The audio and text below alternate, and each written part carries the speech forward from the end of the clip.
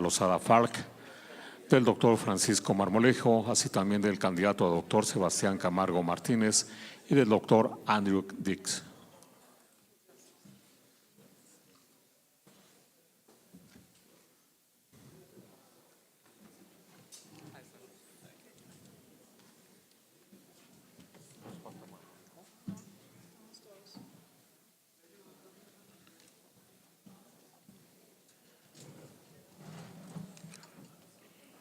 Muy buenos días, distinguidos integrantes de la Asociación Internacional de Universidades. Vamos a iniciar con la cuarta plenaria, que es Creando el futuro de la educación superior, y participan en esta cuarta plenaria la doctora Marta Lozada Falk, es rectora de la Universidad Antonio Nariño de Bogotá, Colombia, e integrante del Consejo de la Asociación Internacional de Universidades.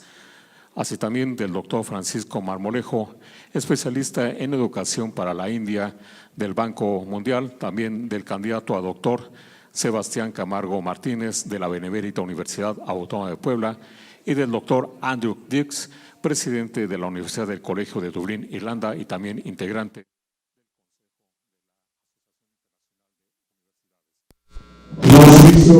Let us begin with this fourth plenary session, and I give the floor to Dr. Marta Lozada Falk.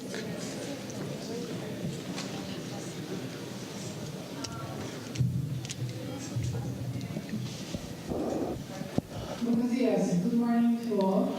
We're very happy Buenos días a this todos. last plenary session in the International Conference of the IAU.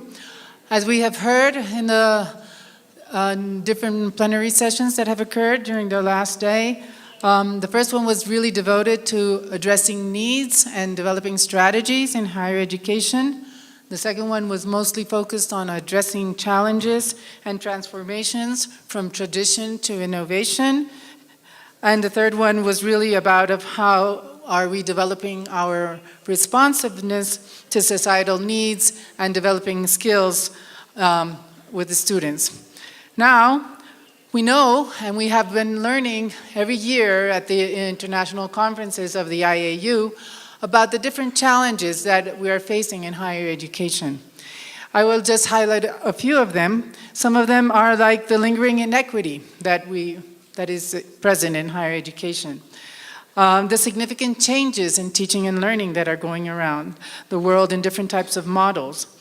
The need to really be leading and impacting for sustainable development of our societies. How there have been a proliferation of funding models around the world that are addressing the needs of more higher education. How we can develop strategies to be more globally engaging, but with an ever stronger call for local relevance. We heard today, during these last days, also a very strong call for a new period of new enlightenment in higher education and its impact in society. I guess that the real question is that when we are transforming and creating, what do we really think that we absolutely must preserve in terms of the values of higher education and of the value for society that higher education is bringing forward? So this panel is focused on creating the future of higher education for society. We have three panelists with very diverse experience in higher education and a very diverse perspective also in higher education. And this difference in perspective is both geographical, cultural, and with a current difference in the scope of their work in higher education. We have different reach in terms of levels or scales from the student perspective, from the university-wide perspective, and from the regional system of higher education perspective. So with this, I would just like to introduce our first panelist for today. We will start with Francisco Marmolejo. He's the lead education specialist for India of the World Bank. We are very happy to have him here with us today. If I'm correct, you are also a native of Mexico. And it must be a real pleasure for you to be able to come back from far away to be presenting at this very important conference. So please, Francisco, the floor is yours. Thank you very much. So since I'm from Mexico, I was wondering if I should speak in Spanish, but then I guess I will have to shift to Spanglish. And so it is a real pleasure participating in today's session. I'm sorry that I missed the sessions of yesterday. I was in Canada participating at a very interesting conference on how to be more inclusive in adding the student voices in higher education. And so why I mention this, because I want to make you feel bad because Toronto has a beautiful weather? No, but because in my opinion, the university of the future should be a university that should be much more inclusive of the voices that usually are not being heard, the voices that usually are not being taken in consideration. And one of them, for sure, a significant one, is precisely the voice of the students. In the way that higher education has been transitioned in recent years from a traditional university to a university in which students are being seen much more as consumers, of course, many times we have the tendency to dismiss their perspective. We tend to think that they are just part of the process, and for that matter, the ones who know what they should be educated on are the teachers, and they are not entitled to question or to challenge those things. But I think that in the future, those universities, which are going to be the universities of the future, will be the ones which, again, take seriously in consideration the role of the students as the lead actors and actresses of their own education. And of course, the university as the key enabler or facilitator of such process. So the good news is that we live in a world which is, as you know, increasingly interconnected, educated, and integrated. The not very good news is that even though we know that higher education will be very significant for the future of our societies, we don't know exactly how institutions will have to transform. So anyone who tells you how universities of the future will be, most likely is going to be giving you a simple recipe, which most likely is going to be wrong. Because we don't know how the future is going to be. We don't have a lot of time usually to think about those things. And in the challenging geopolitical environment in which we live, in which there is a significant questioning about the institutions of our society, among them the value of the universities, for sure we need to be concerned about what is the future that we are going to be building for our institutions of tomorrow. So my question is, if universities are just reacting, are emulating, or if they are proactively engaged in fostering change. And I think if we are able to respond to that question, then probably we might be able to start thinking about the design of the future university. Because if institutions are just reacting, for sure the university of the future is going to be a university that basically minimizes the risks and is just reacting to whatever signals are going to be appearing on the horizon. If our universities are just emulating, most likely our universities of the future are just going to be copying what others are doing, which seems to be fancy or kind of innovative. But if our universities are proactively engaged in fostering change, then I think we can think about the need to disrupt our understanding of what a university is about. The need to think the university as something probably a little bit or too much different to the type of university that we have been sort of having in our mindset, in our framework, because the way that we were educated at. So you may remember that back in 1997, Peter Drucker anticipated that universities were going to disappear.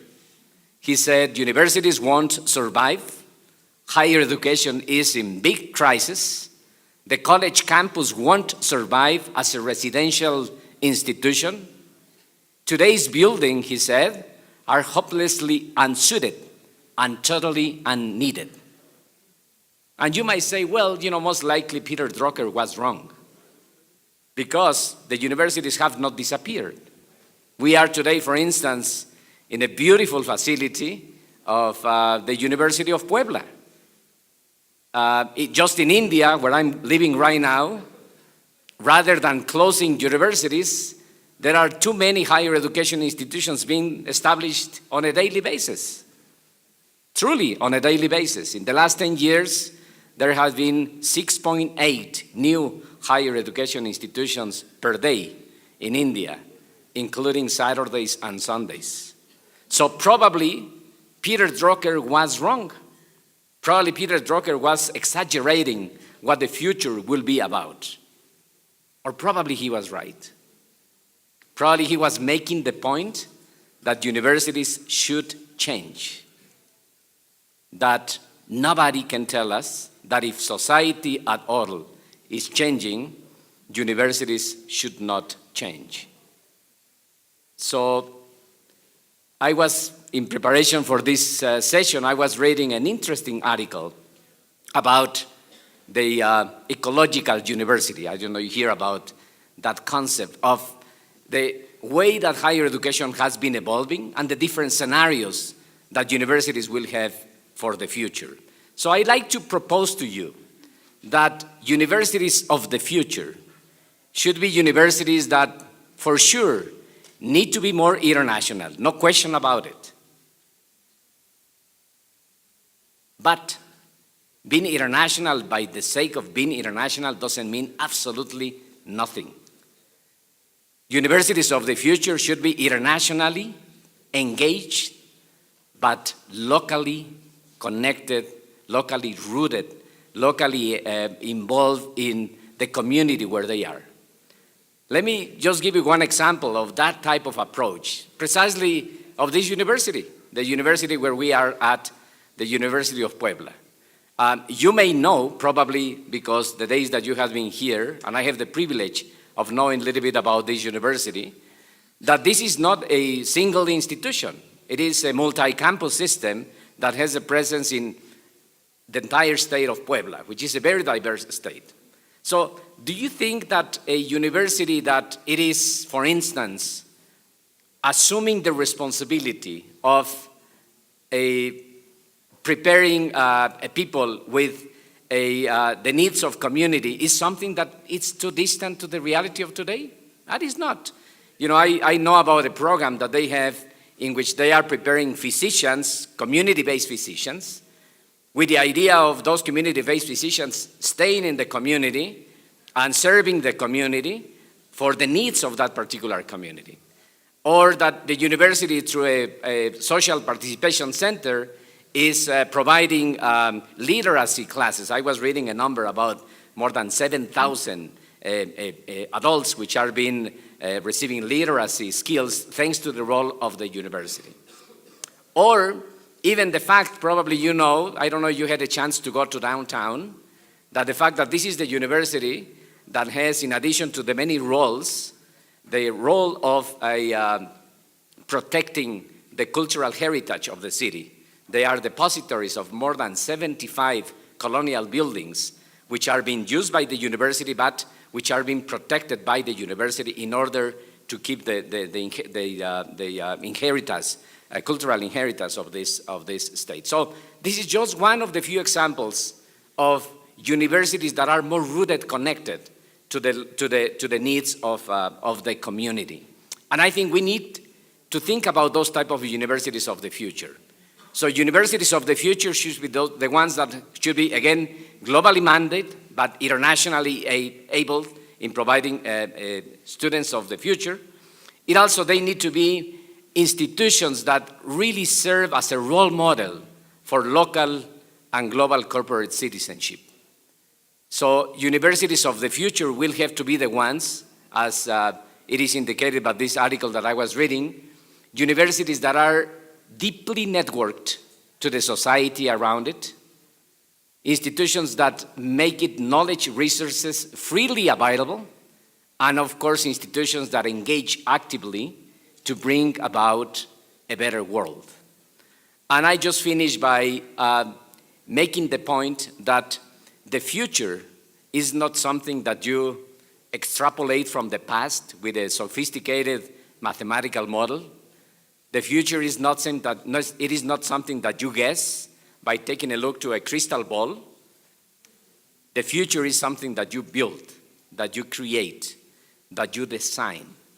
So I think it is worth it to dream about a better future for the world by means of having better universities. And the only way to do that is by, once defining that particular vision, then working from today in order to minimize the risk of the future and then to anticipate that better hope for everybody. Of course, there is no magic formula. What it may work at the University of Puebla may not work at University of Delhi. And what it may work in a community college might not work in the case of a research-oriented university.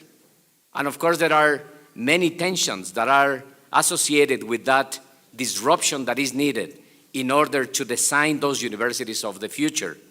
But I think it is worth it to try. And I'm sure that I don't need to convince anybody here about it. Our challenge is, how do we convince others about it? How do we go out of this conference to our respective domains and make the point with policymakers, with parents, with students, and especially with faculty members, that more of the same will not work anymore, that we need to be serious about disrupting the present in order to define a better future for everybody. Thank you very much.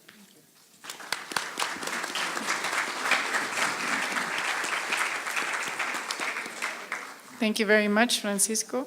We will continue now with our second speaker, Sebastián Camargo Martínez. He's a PhD candidate at the Material Science Physics Institute, Luis Rivera Terrazas of the BUAP here in Puebla. So please, Sebastián.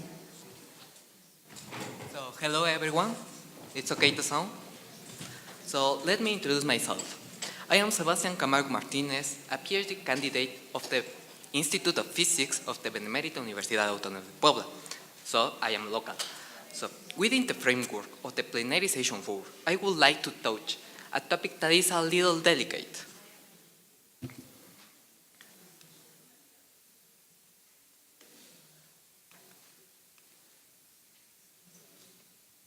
Are stressors in a PhD program a real problem? What do you think about this? It's an interesting question, right? Because the doctoral student is usually taken as someone who can take this situation perfectly. But this depends directly on the personality of each person. Not everyone handles stress as he should. For example, hasn't it happened to you that you spend all the day working at the office and at the end of the day you start arguing with your partner? Or problems to falling asleep? Or do you get sick regularly? So it's a regular problem of the normal student.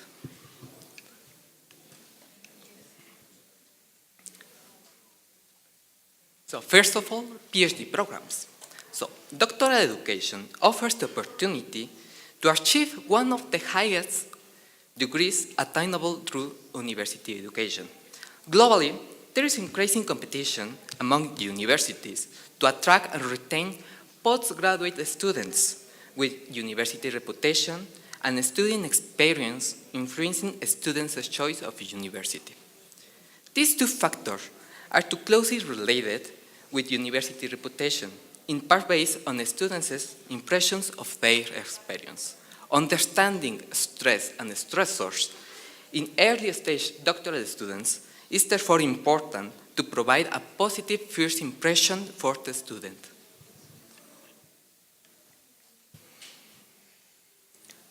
So, doctoral education is at the maximum degree that we can aspire to. We need to take care of the education and the issues that the student could have during his education. In a PhD student has overpressure, it could be reflected in their health and have an impact on any possible progress acquired or core, their education and skill development. For example, if we got stressed, we got attrition, illness, low performance, and principal bad skill development.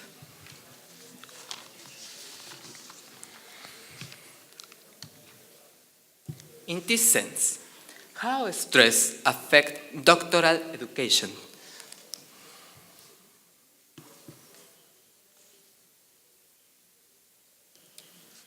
For example, isolation.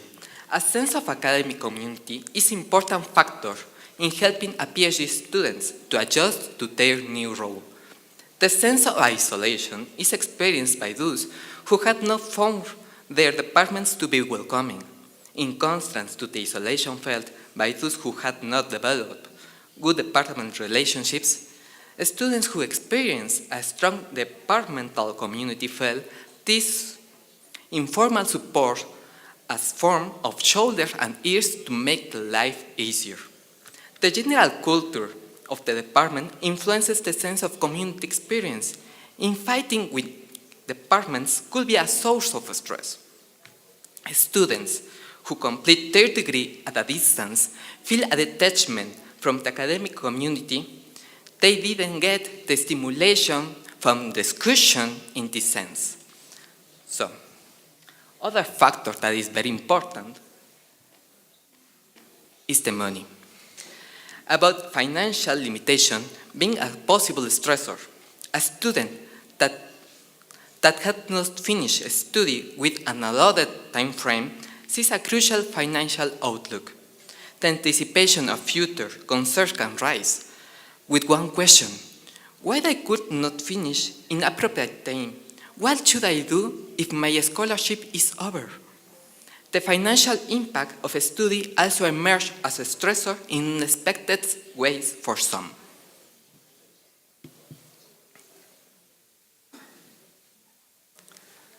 So, a lack of confidence in experience of knowledge creates stress for students. This could be generated by the students' expectations to complete a specific aspect of their research. For example, not feeling to do a competent statistical work, for example, or by their concern about others, supervisors and other lab members. Perception of their abilities, fears that my supervisor might not be satisfied with my work. This doubt could be reflected in a student's concern that their research might not make a significant contribution to the academic community.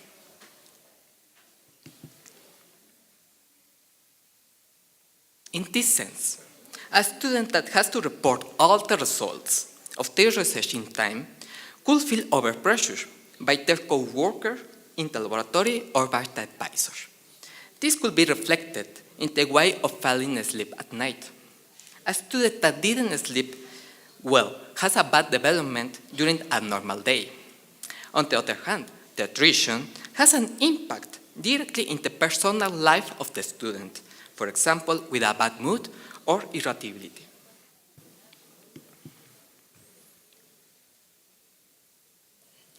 Maintaining a healthy balance between doctoral-related tasks and time spent on family, social, or recreational activities frequently is a source of stress, in particular in the feeling of guilt about doctoral work taking attention away from the special people or family of the student.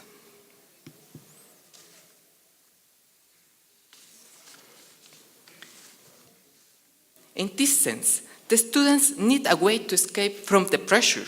The necessity of free time is imperative to achieve a good development of the student in their research or in the development of the skills and the knowledge. So, we need to manage the stress. We need to imagine and create a new way to manage the stress. But imagination means nothing without doing, right?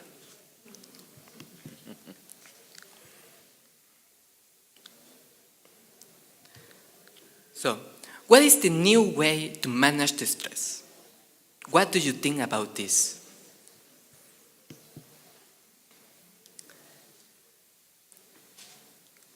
Higher education is primarily made up of quality students, but it's important to take care for their mental health and the possible sources of stress that they can encounter. It's possible that the quality of graduates from a PhD program may decrease based on their academic development during the doctoral process. In that sense, there are some strategies that I propose.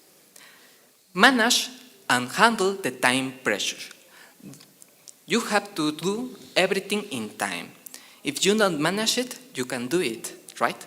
So, for example, not reading articles so quickly is a bad idea. So, certain doctoral processes.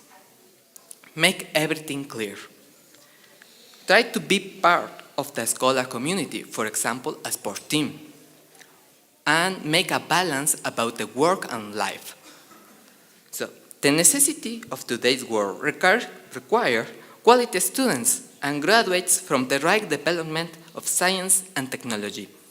But overall, these graduates have to be healthy, physical and mentally healthy.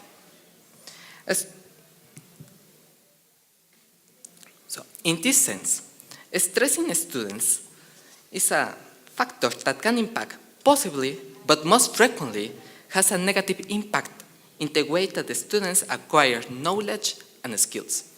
If we want to improve the higher education, we have to take care of our students. It is proposed that the advisor could be a guide for the students to handle its doctoral studies and the possible pressure encountered on the way, as well as to lead their research in order to obtain the desired results.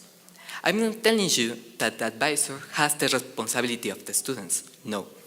But it can help as a moral support to be a source of experience in this important part of the student's life. So thank you very much for your attention.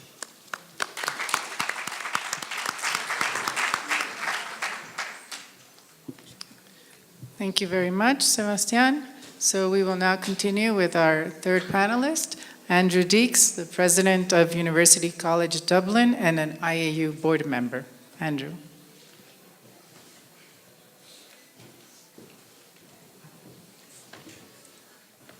Right, thanks, Marta. And I'll just make sure that I keep to time here. So this is a very interesting topic, and I was interested by some of the challenges that Francisco put before us there. When we think of the creation of universities of the future and the future of higher education, perhaps we need to start by imagining that future.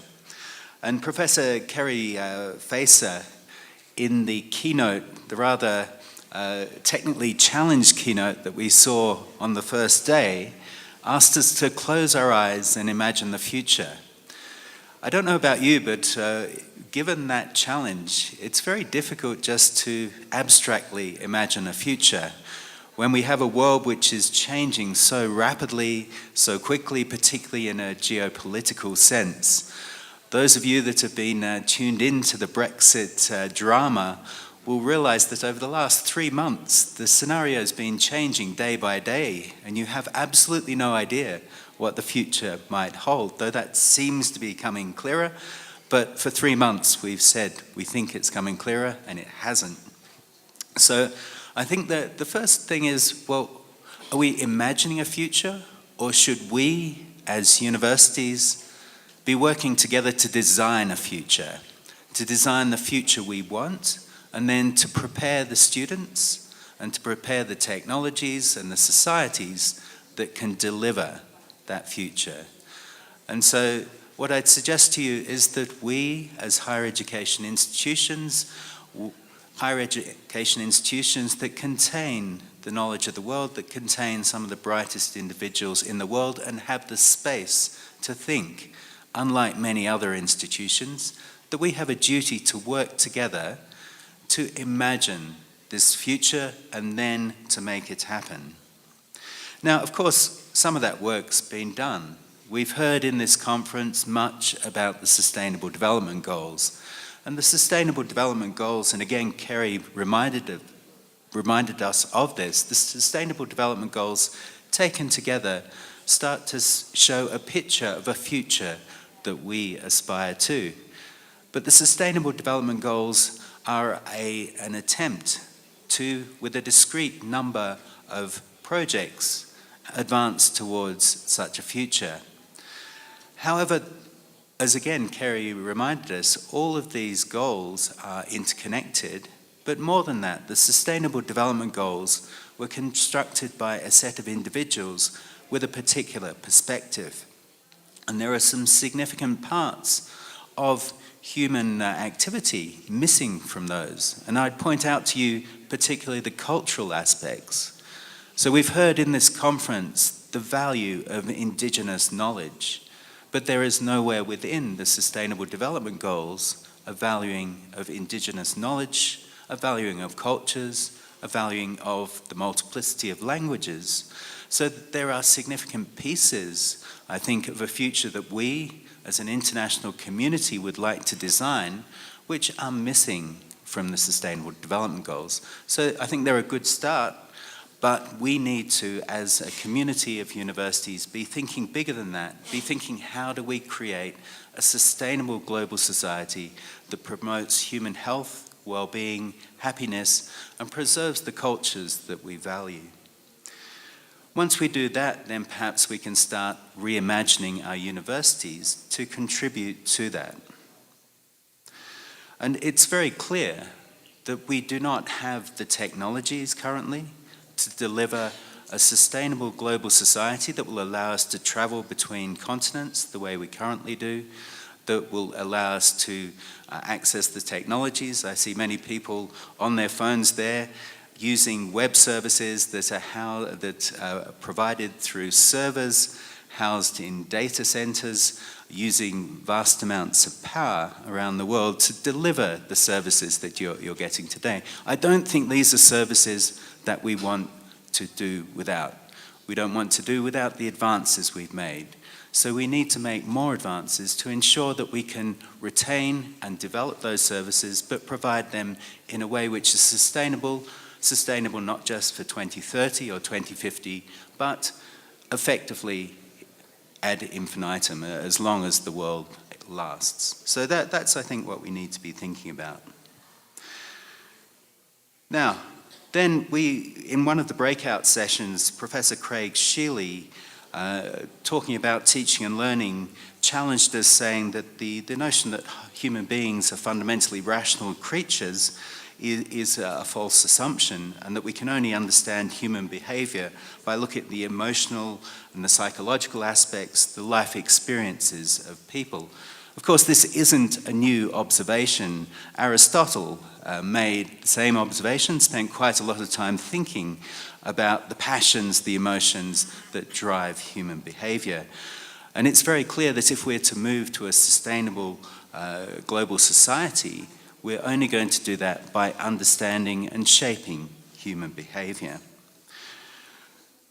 Kerry Facer again took us back to the start of the research universities during the period of Enlightenment, when instruments of observation and developments in mathematics allowed us to start building an understanding of the world which was scientifically based, which didn't rely on gods and spirits for an explanation in why things happened and how things happened.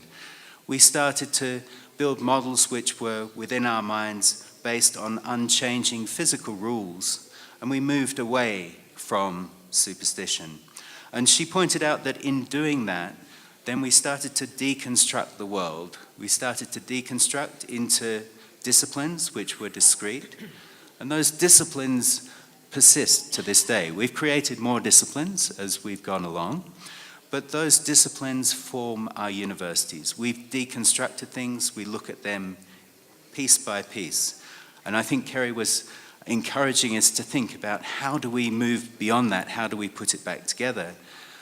But we cannot disassemble those disciplines. If you think about our academic disciplines, each academic discipline in itself is a culture. Many of them have been going for hundreds of years, and they consist of a community of individuals right the way around the world, from junior faculty through to professors, PhD students, all of whom are sharing knowledge, building knowledge, using language which is specific to the discipline, and advancing that discipline. It's through the advances in the disciplines, in some of those disciplines, we have the technology that you're using today. So those are not going to disappear. What we need to be thinking about is how we integrate across those disciplines more. And again, we've heard people talking quite a lot about interdisciplinary work, about bringing the disciplines together.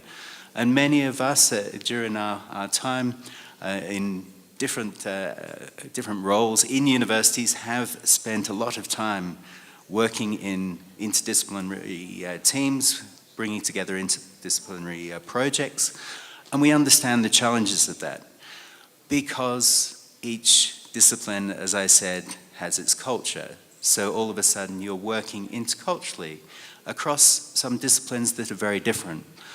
Our scientists and engineers are looking for solutions, looking for things which can be done.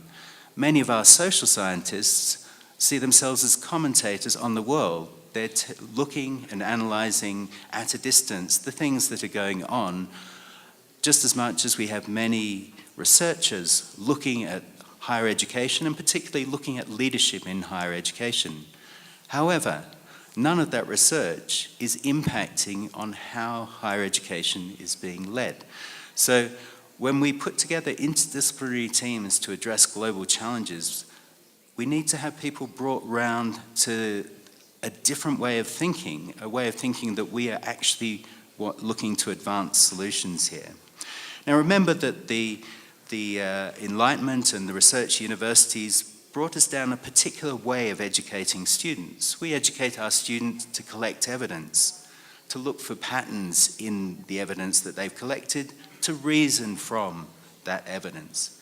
We encourage them to hypothesize, and in hypothesizing, to narrow things down to a question which they can answer, and then to design an investigation that can find that answer.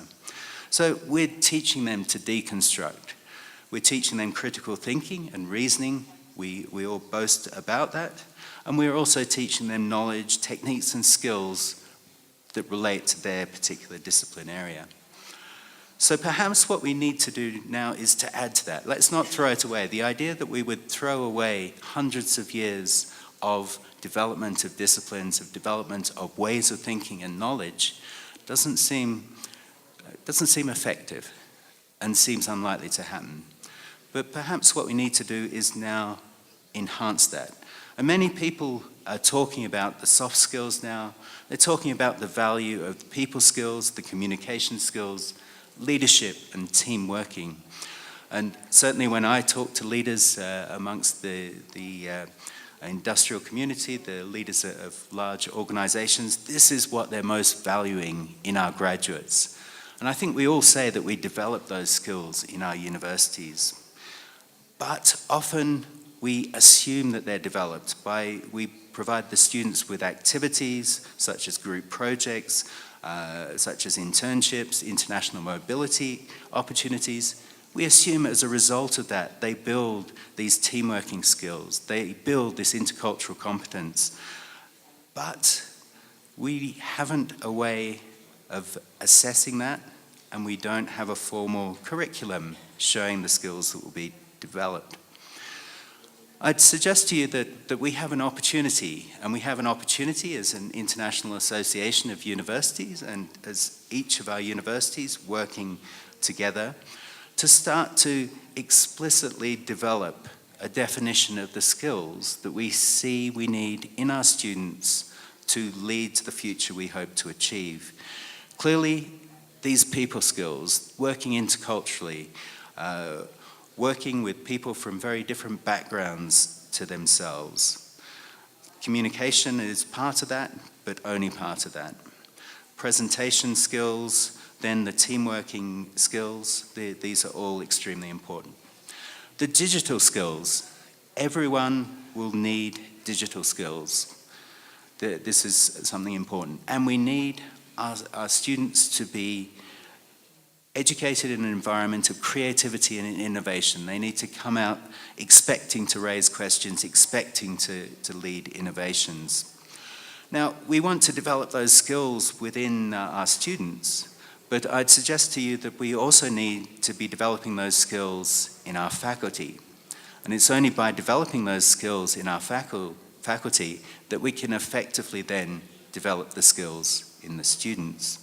So while we have many faculty who are expert in their particular discipline, it's not always clear to me, and I say this as a university president, it's not always clear to me that all of our faculty members have the people skills that we would like to see in our graduates, or even the digital skills or the orientation towards innovation and creativity.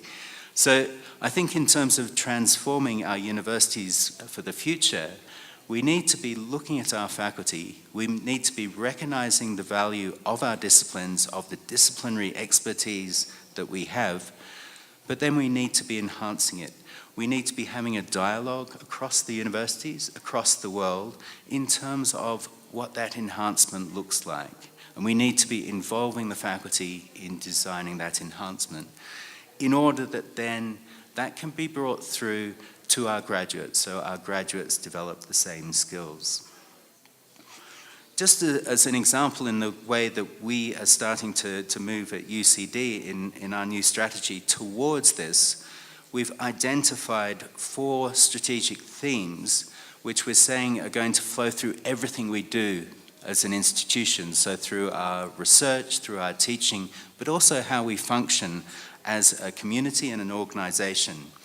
So creating a sustainable global society is something that we've already talked about here. Everyone is talking about it. Transforming through digital technology. So we see this not just as being that we will be teaching the students about digital technology, we'll transform everything we do through that. Building a healthy world. So recognizing that the sort of things that we heard from our second speaker are becoming more and more important. The health and well-being of our students, both the physical well-being and the mental well-being, these are increasingly important. But it's not just the students, it's everyone who is part of the university community. And then as we imagine our future society, it's everyone. It's a healthy world. This is where we want to go. The 4th theme is empowering humanity, which is developing these people skills, these intercultural competencies that we need there.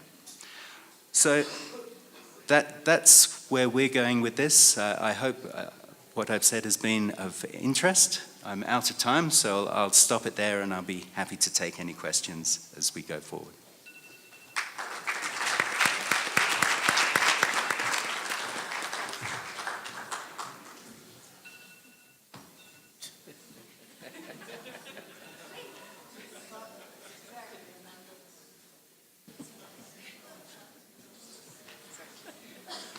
Excellent.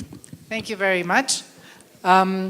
So now we are opening the floor for questions for our 3 panelists. As you see, they've given different perspectives. I think also we can all value the way they are connected in the ideas of their different perspectives, and we would really like to encourage a great discussion following up. So, please, who has the first question?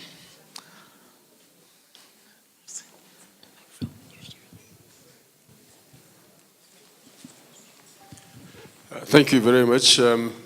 My name is Ibrahim Usman Yakase from the National Universities Commission in Nigeria, we're in the process of reviewing our curriculum, the university system, to anticipate changes and then to have a defined future for higher education in Nigeria. And what we found to be the disruptions, technology and skills. We realized that universities have moved from being traditionally producing knowledge to now have to mix knowledge and skills. And as the Vice Chancellor of Makerere University said yesterday, that for us in Africa, we have a problem with the World Bank prescribing to us what we should do in higher education. He gave the example of World Bank asking African countries to produce 10,000 PhDs in the next 10 years. When India, or China, he said, sorry, China, is producing 20,000 every year. So I would want to ask Professor Dix to tell me, you see, for us, what we find to be the greatest disruptions are technology and skills. Mixing skills with knowledge is a problem to us, but we are trying to do that because that's what universities have become into. I attended a conference on going global in Malaysia, and we found it very strange that skills are taking over the universities now. Traditional universities produce knowledge and then allow others to answer to solve the problems. So how do we, in Africa, going forward now, try to, because you seem to be, when you speak of University of the Future here, since yesterday I have noticed that technology in Europe and America is taken for granted, whereas technology for us is a serious disruption, a serious problem. We are still lagging behind in trying to cope with the disruptions that it is bringing. And then the skills aspect of it. We are changing our curriculum entirely now to toe the line of what the world is doing. That's trying to put a lot of those of skills in university education. So how do you think we can navigate that difficult terrain? Thank you very much. Okay, it's an interesting challenge. I mean, there's a number of aspects to that. And the first is, if you have a government that is funding universities to produce graduates to suit skills shortages within the country itself, and of course governments are inclined to do that. Perhaps I'll put that aside because that is very much a country-by-country issue. I think the broader piece is how we can preserve the disciplinary expertise and the disciplinary knowledge and skills, but at the same time enhance the graduates so that we can explain to the government how these graduates are going to help things going forward. The question as to the digital transformation perhaps impacting more currently on Africa than the rest of the world, I think that people around the world are experiencing disruption in different ways from the digital transformation, and many industries are being totally disrupted. The jobs are being totally changed through digital transformation. And I'm thinking of the traditional media as an example. So newspapers are struggling to survive. Even broadcasters, TV broadcasters who used to fund their operations from advertising revenue are seeing that revenue being sucked out by Google, etc. So there is disruption happening around the world, which we need to cope with. I think what I'm pointing towards, though, in terms of ensuring that there isn't the white man telling the Africans what to do or anything like that, is that in developing this broader set of skills that we need in our graduates to generate the future, we, and I say we as the community sitting around here, we need to develop what we require together. We need to ensure that the citizens of the world, wherever their nationality, whatever their national identity is, can work together and have a set of skills that enables that. And that shouldn't be imposed by any part of the world on any other part of the world. So I see that the community sitting around this room has a unique opportunity to come together to define how that cross-cutting set of skills would look. And that's a little bit different than saying, well, skills in doing digital technology or programming that the government might be asking for. So when I'm talking of skills, I'm talking about that cross-cutting skill set that complements the academic disciplines and allows them to work together just across academic disciplines, but also across the world to create this sustainable global society. Excuse me. Sorry. Yeah, and I know Marta wants to move us on. We do have to point to the value of the disciplines and to the value that the disciplines have brought and will continue to bring. We can't become just skills training academies. Absolutely, that's not what the universities are called to do. And perhaps part of it is us being able to start to articulate what we see as the future and what our contributions as a higher education community to that future will be. And to say to the governments, look, we understand you have a problem right here, right now, but we're thinking for the world, not just for 2050, but well beyond that. My name is Marcelo Knoben from University of Campinas in Brazil. I would like, well, my opinion is that we cannot talk about future of universities without talking about the instability that we are facing in political situation all around the world. And I would like to hear from the panel, what do you think about one important issue that we have in the universities, which is the communication. So how we communicate better for the society the importance of universities, and so that the society itself can protect the universities when necessary. So this is my point. Well, I don't think there is a recipe for that, but there is no doubt that if there is any place where evidence-based information can be provided, is the university. The university is the only place where capable people and researchers, I'm not talking about money, but basically technical resources, are available to build a culture of evidence. Many times our communication from higher ed to society at large is based on anecdotes. The typical case is when we try to say how successful is our university, we tend to do it by saying, you know, we have a graduate which is the CEO of a company or which is the president of the country or whatever. But we know that this is just anecdote, and that unfortunately in higher education institutions there is a significant room for improvement in building that culture of evidence. And doing that by scientific means. You know, let me give you just one example, learning outcomes. We claim, I don't think there is any single university in the world who doesn't claim that the graduates of the institution are the best in the world. We go to the whatever documents of the institution and they will say that we are preparing the best students for the future and blah, blah, blah. A lot of stuff about that. But when we try to know if there is evidence of that, many times that doesn't exist. There is an interesting study that with Stanford University have been conducting in Russia, India, and China. And the research question was very simple. What students learn and from one year to another? In which way students are gaining or not gaining new knowledge. And the interesting studies show that, I won't say the name of the country, but some countries accumulated a lot of new knowledge, the students from year 1 to year 2, very fast. But interestingly, there are countries in which students not only don't add, but de-learn from year 1 to year 2. And of course, this is just based in pure evidence. And this is information that needs to be provided by our institution. So I think that the best way that we can have to communicate more effectively our case in higher education to the overall society is to make sure that we have the adequate evidence, the adequate information, the adequate research that supports those type of claims. And consequently, that will help us to build a better trust with the society.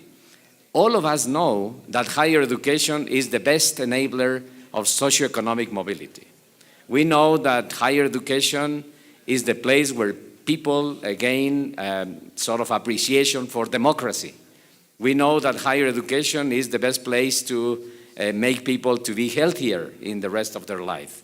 We know that higher education is also the best economic investment for our societies in terms of economic returns. We know that higher education also is the best place to build tolerance and awareness of people. But I think if all of those things we know, we again support that with proper evidence and we present that in a very effective way to society, we will be able to gain more trust from society. societies at large are skeptical about universities, and I think we need to be mindful of that. Okay, can I respectfully disagree entirely with that? I think the issues that we see in the world today are that we have politicians increasingly not paying attention to evidence. Politicians that are working on emotion and emotional reactions and exploiting emotions within the electorate for political reasons. So we could give all the evidence that we liked, but in the current political environment, evidence, rationale, tends to be ignored. So I'd be saying that we need to be ensuring that our students, our academics understand these drivers, the emotional drivers for the behavior that we're seeing in the world today. And then we need to move beyond that. We need to see that actually we need to have a case which is compelling on an emotional level. And that's why I'm suggesting that we, working together as a community to envisage a future, because the politicians at the moment are panicking about climate change. There is an opportunity. There's an opportunity to say, this is where we can take you to get that emotional engagement. But yeah, we have, as you say, Francisco, we have all that evidence that shows all the things that you've just listed, but the politicians are not paying attention to that. Yeah, what I may add is that probably we may have the evidence, but the way we translate that evidence to the mindset of people is what probably we are missing sometimes in our institutions. Thank you. Peter Aronsson, Vice Chancellor of Linnaeus University, Sweden. Thank you for this stimulating and important panel, and also for the sort of polite and interesting disagreements that you show. I think designing solutions is really the important thing to discuss now, and I'm thinking a lot as a Vice Chancellor how to produce the incitament structure together with you to reach that capacity to appreciate not only disciplinary skills but the others that are necessary. And my question is, I think we all see that that is necessary to do that, both to appreciate it and also to foster and develop them further. But how do we do that? Is it as an addendum to academic quality that is sort of directed to research proficiency? Or is it through expanding the idea of academic quality to be a more multidimensional, asset? That's my question.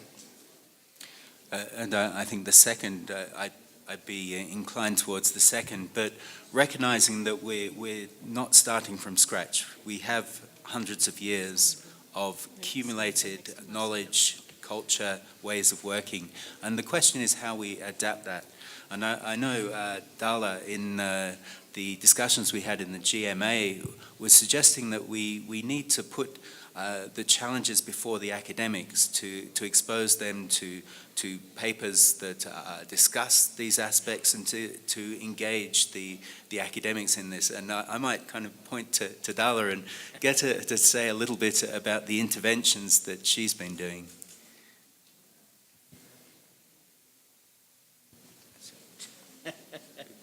You put your...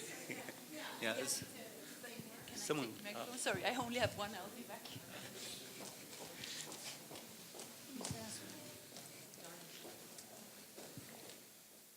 Thank you. So Darla Deerdorf with the Association of International Education Administrators and Duke University. Yes, and during GMA we had some really good discussions about the importance of connecting and preparing our faculty, our professors more. And I was sharing about what we're doing at Duke University and having our faculty kind of meet them where they're at and have them read papers around intercultural competence, have them discuss, and then bring in those authors for a symposium. That seems to work much better than having them go to some sort of training workshop or so on. And we had faculty from many different disciplines across the university involved in that. So I think that's research has shown that's a really key piece, is to really focus on the faculty and how do we prepare them for the future of higher education. One question I had, in working with the OECD on Education 2030, one of the key priorities has been on well-being, so I really appreciate Sebastian's presentation. The other focus within the discussions of OECD Education 2030 has been on student agency and on the co-agency of students and teachers. And so a question for Sebastian is, I would love to hear your perspective as a student on what role students can play in the future, in creating the future of higher education. So I'd love to hear your perspective. Thank you. So thank you very much for the question. So I think that we need to see the student as a person, not as a number. So many institutions see the student as a number, and it's a critical question. It's a critical situation because the faculties, the institutions around the world see the student as a number to produce, I don't know, papers, lab results, and whatever you want. So we need to make a comfortable environment for the student to develop all the dreams or aspirations of the faculty, the industry, and the higher education. So we need to create a confidence ambient for the student and the professor. Thank you. Sandro Valentini, the president of the São Paulo State University. Andrew raised an important question that was raised before by Karl Marx. Who educates the educator? So I'd like to hear from the panel to address the same question. Considering that the future we don't know, we have to create. I completely agree with you, Francisco.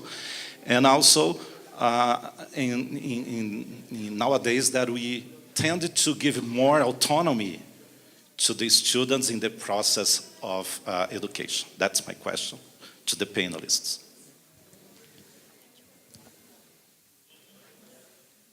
Well, I think that's an interesting question, and it's, as Darla was giving an explanation there, that within universities, we have relied on the academic community to train the academic community, and that's the way that our faculty learn. And to some extent, we now bring the students into the similar process. We're teaching them to learn as much as we're teaching them things.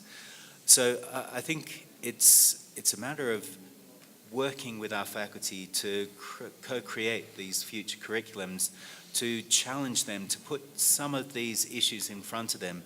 What I've found is that if you can get a series of professors in the room and get a topic in front of them, that they will engage with it. If you send them an email with a paper attached, then that's not going to have any effect.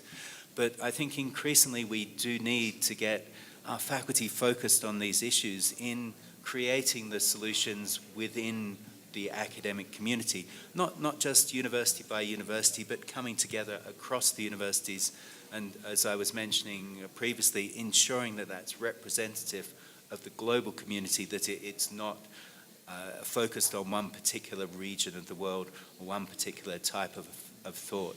So I think that we have an opportunity as an association of global universities to start to think how we do that, to start to experiment. It will initially be experiments as the type Darla's been talking about. It will be baby steps, but hopefully we can mold the culture of academia going forward so that academics, while being focused on their primary discipline, also appreciate the need to have these other capabilities, these other skills, and to impart them to their students. Yeah, I like to add a dimension to that, in addition to this very important comment, that I think it gives us an opportunity to make the point about this idea of the need to have networked and universities. Who educates the educators also applies to the educators of the previous levels of education. And universities have the tendency to blame the previous levels of education on how bad the students are coming into the classroom. And we can continue blaming that, but at the same time we are part of the problem and consequently part of the solution. Because at the end of the day, the teachers of the previous levels of education in some way were trained in our higher education institutions. So I think we are part of the problem. And we have, again, in the good university of the future, I think universities should assume a much more proactive role in making sure that the educators, not only at the university level, but more important, at the previous levels of education, are properly prepared, and that universities more effectively outreach to those previous levels of education in order to make sure that that tuning, if you want to say, on the preparation of those teachers continues properly being established. I don't think we longer can assume that their problem of the bad quality of basic and secondary education is only their problem. It is also our problem, and consequently we should be part of the solution. And that applies across the world. Okay, we will have 3 more questions. Roberto, Pam, and then Eva. Roberto Escalante from UDWAL. Nice to see Francisco and the others. Thank you very much for these provoking thoughts. In designing the new universities, Francisco has warned us about, correctly I think, when he says, if somebody comes and tells us, how the universities are going to be, we have to be cautious about that. But the next question is, who will be in charge, of designing the new universities? Who are the ones who should be involved in doing that? I think perhaps on many occasions, we as university people have said, no, we are the ones who know, and we are going to design, how the university should be. Or sometimes, governments develop policies or instructions, ministries. I think we have to be, but I would stress this, in the university, a bit more humble, and to really open the voices, to other voices, to say how the university should be. I say that because in Canada, I think in Montreal, I presented some results of what an exercise that we did in Mexico when we asked the population what the university should do, what the Mexicans thought that the university should do. And we have very interesting answers, but one of the good results that we got out of this exercise is that how universities were designed was not really related very much or very clearly with what the population thought that universities should be doing. So, okay, let's be cautious about it. I'm finished, don't worry, I'll finish in a second. But I think we need to open, particularly in the developing world, to the most vulnerable sections of society. Thank you. Any other questions? Well, I don't know if I have an answer to that, because basically, Roberto, you already properly have said, in redesigning a future university, there is no doubt that it should be an inclusive effort. And that certainly we know in higher education there has been too much knowledge accumulated for years and centuries on what it works and what it doesn't work in higher education. But also we need to be humble in recognizing that we need to be listening to what the key stakeholders around higher education should tell us. And I know it is not an easy task, because we cannot shut down the universities and say we will redesign and we'll see you in a year from now.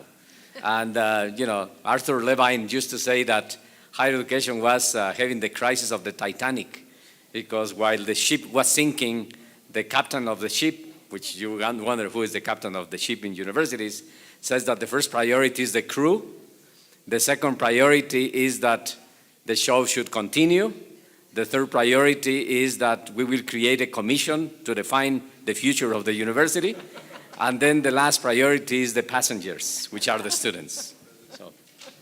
Okay, and just very quickly, we, as I'm sure many universities are doing, as we generate our strategy, we involve stakeholders, we listen to those communities, and overwhelmingly, the feedback we get from our stakeholders is keep doing all that good stuff you're doing, but also add this. And the add this piece was the soft skills that I was talking about previously.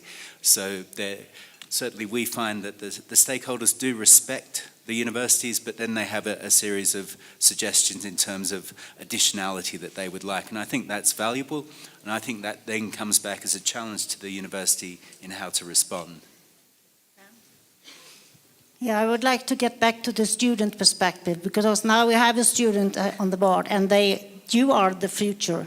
And we are sending out students, thousands of students everywhere. They are the carrier of the atmosphere also at the universities and the values of the university. And you are sending some critical signals about the stress, the way you are treated within the universities.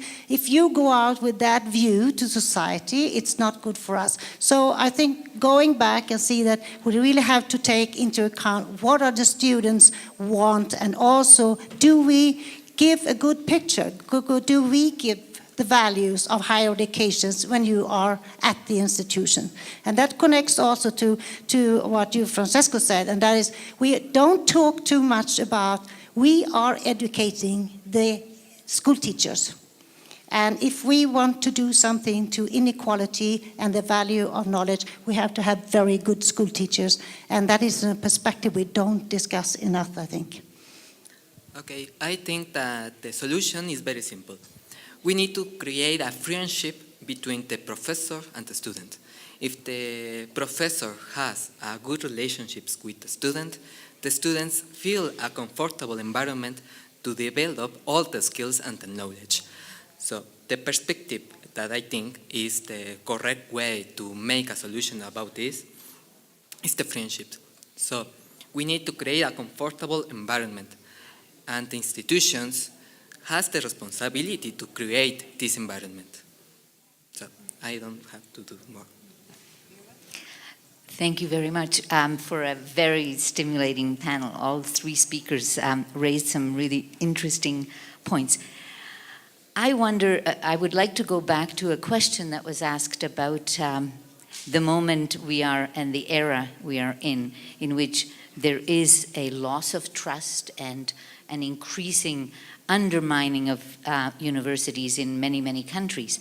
And so my question is, to what extent can higher education institutions and leaders be outwardly self-critical at a moment when all of society and its leadership is criticizing the institutions? What is the right balance in being self-critical and recognizing that we have not potentially delivered the kind of goods we have promised, but doing it at a time when everything points to a negative view of universities? How do we do that skillfully so that we're not our own best enemies in a way? So I think that is the same answer. So the responsibility in this sense is for the student to get all the knowledge and the skills. So if we create a good environment, so the students feel comfortable to develop all the skills, right? So the professor has a positive impact in the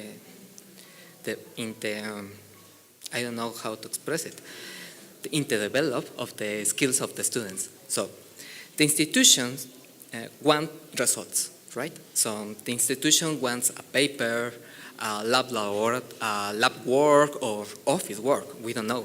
It depends. So the student usually is taken as someone to make results.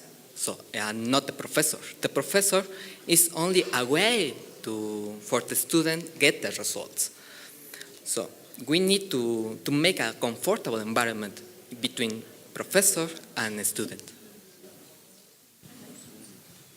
So I think that many of our institutions, in terms of how we do strategy and planning, undertake exercises of self-reflection and self-criticism. They're internal exercises which allow us to be on a path of continuous improvement. And I don't think it's necessary for us to be seen externally as being self-critical, but rather that we are seen as being responsive and creative organizations that are imagining and enabling the future. And so it's that piece that I think we need to be doing. We obviously we can't be self-satisfied and smug, and I'm sure that none of the institutions represented here are, and to recognize that we continually have to be doing self-evaluation, looking for ways of improving things, moving forward. And I think that, again, associations like this can help in terms of giving external perspectives on what we're doing, in terms of sharing best practice, which can be incorporated into that continuous process of improvement. So I am not president of a university, so for me it might be easier to say that, no, that we need to put the house in order, and soon. And that we need to be very humble in recognizing that there are many things that are not working in our institutions, and rather than sort of looking like we are just self-reflecting and just self-thinking on what to do, that we need to be very bold, direct, and saying, you know, these things are wrong, you know, time to reset and then to move on. Otherwise, society will continue being increasingly skeptical about the ivory tower that we have in our higher education institutions. And again, I know that for me, not being president is easy to say. I know that presidents have a completely different perspective because they are like administrators of a cemetery. They have 1,000 of people below them, but nobody listens to them. We have one last question, please. It's picking up on what has been discussed now. I was pointed to a study some time ago. I'm Peter Stillwell from the University of St. Joseph. I'm a rector, and so I have all those issues. And I work in Macau, China. And I was pointed to a study that showed that more than 50% of what students learn at university, they learn from their colleagues. And an added part of that study showed that 80% of what they learned from their colleagues was wrong. So this is probably points us in the direction that you have been discussing. What happens in learning in university happens in the community atmosphere, not so much in the classes or the seminars, but when you are talking and discussing and discovering new ideas. The second part of what I'm to say is when I went to Shanghai to visit higher education institutions, and we visited a center for research on higher education, through which the government keeps an eye on the development of higher education. One worry they had was that this policy of publish or die was having the effect that teachers, as soon as they finished their classes or their seminars, they vanished to do their research and to do the publications. In other words, they were not present. And what they were studying as a possibility was tagging the career perspectives of teachers or professors to the amount of time they also spent with their students. And this would be an interesting development. Okay, you want to answer? No? Okay, perfect. Okay, so thank you very much. I think we had a great panel, a lot of discussion, and clearly different points of view, which is great. We're going to be, just before we close the panel, we're going to be having a presentation again by Andrew Deeks, inviting for the next conference of the IAU that will take place in Dublin in 2020. So, Andrew. You may want to... Not having the sign. Yeah. Do you want to MC it? Maybe you should MC it. Yes. You should, yeah. Can I use one of the mics? Or shall I use this one? Yes. Thank you very much. I think we would invite the panelists to step down. We would like to thank you very warmly for a wonderful debate. And I hope you will stay on after the session, because I'm sure that the discussions are not finished and they're only starting, because creating the future will require for all of us to work together. So thank you very much to all of you. If I may. A continuación, voy a pedir la presencia en este estrado del doctor Alfonso Esparza The presence of Alfonso Esparza Ortiz, rector of the Emeritus Autonomous University of Puebla.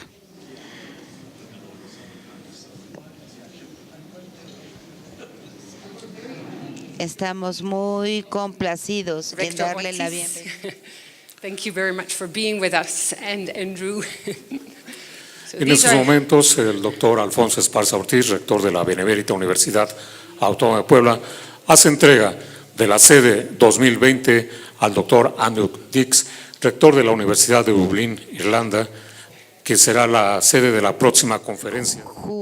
Which will be holding the next conference. It's given to Andrew Dix from Dublin, Ireland University.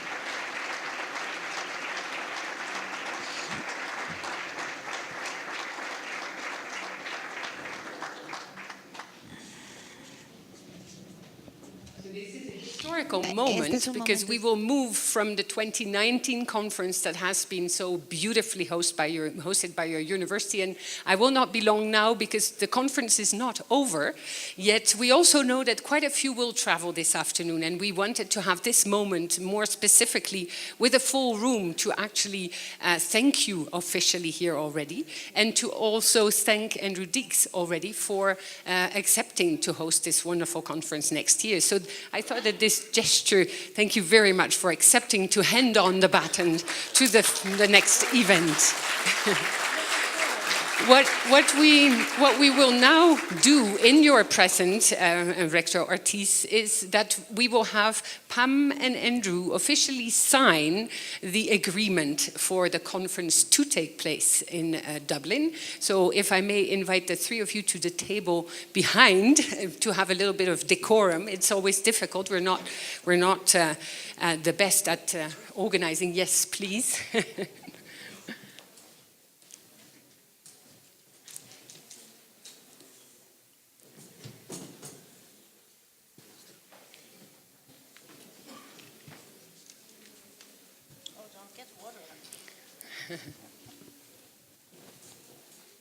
This is a last-minute change, so bear with us. But it was prepared long in advance.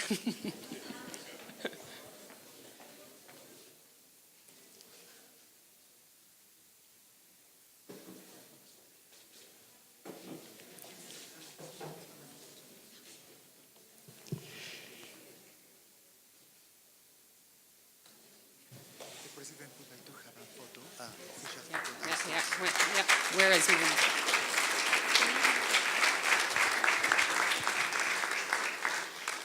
Thank you very much. But now we would also like to take this opportunity to hand out in a BWAP bag something that is more of a token of appreciation of the wonderful work that you've been doing with your teams.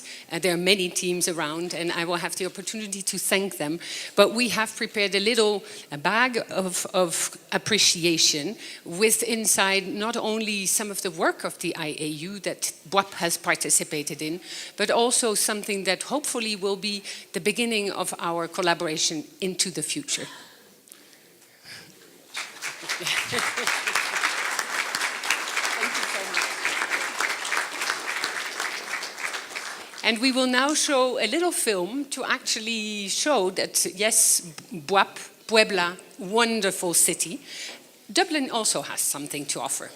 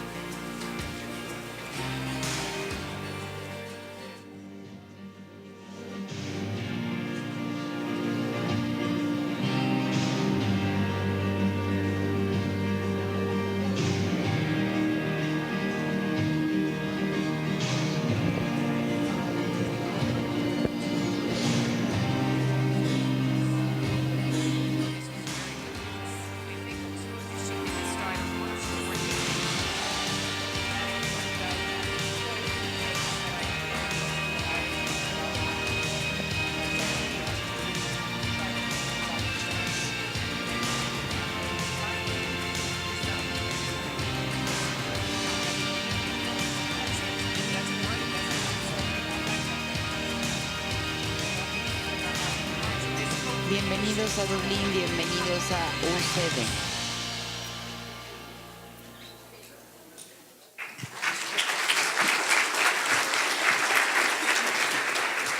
So it's my very great pleasure to welcome you to come to Dublin for the General Conference in November next year. As you can see, we will give you a flavour of Ireland. Dublin is very well connected in terms of airlines to all of the major hubs. So if you're coming through Dubai or if you're coming through Amsterdam, Paris, and from North America there are many direct flights. So I hope you'll find it relatively easy to get to. And also while you're in Ireland, while you're in Dublin, if you would like to pay visits to any of the surrounding European countries, you'd also be very welcome. I'd like to at this point emphasize that Brexit has no impact on Ireland. Ireland is an independent republic, a proud member of the EU.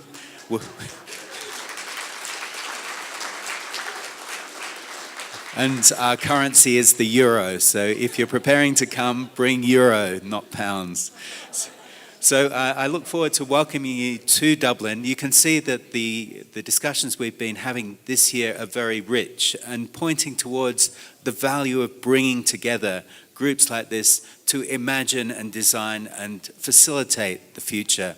So I hope we'll be able to continue that in the discussions that we have in Dublin, and we very much look forward to welcoming you to UCD and to Dublin. I should say the campus is about 15 minutes drive from the city centre, so it's very conveniently located, and we hope you'll have a very enjoyable time. So you're all very welcome to Ireland.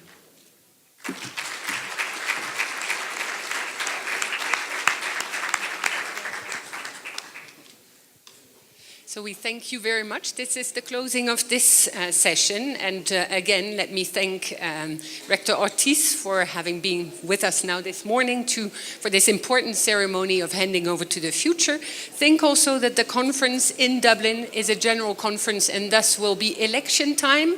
So look at what we do, how we do it. And if you want to get involved further and get on the IAU board, make yourselves known. It would be wonderful to welcome you. So that is an important part also of what we do when we're in Dublin. Many activities, but among those also the administrative future. And since we've heard in the beautiful panel chaired by Marta, we are to develop the future together. So let's start here and move into the future. Thank you. Coffee now.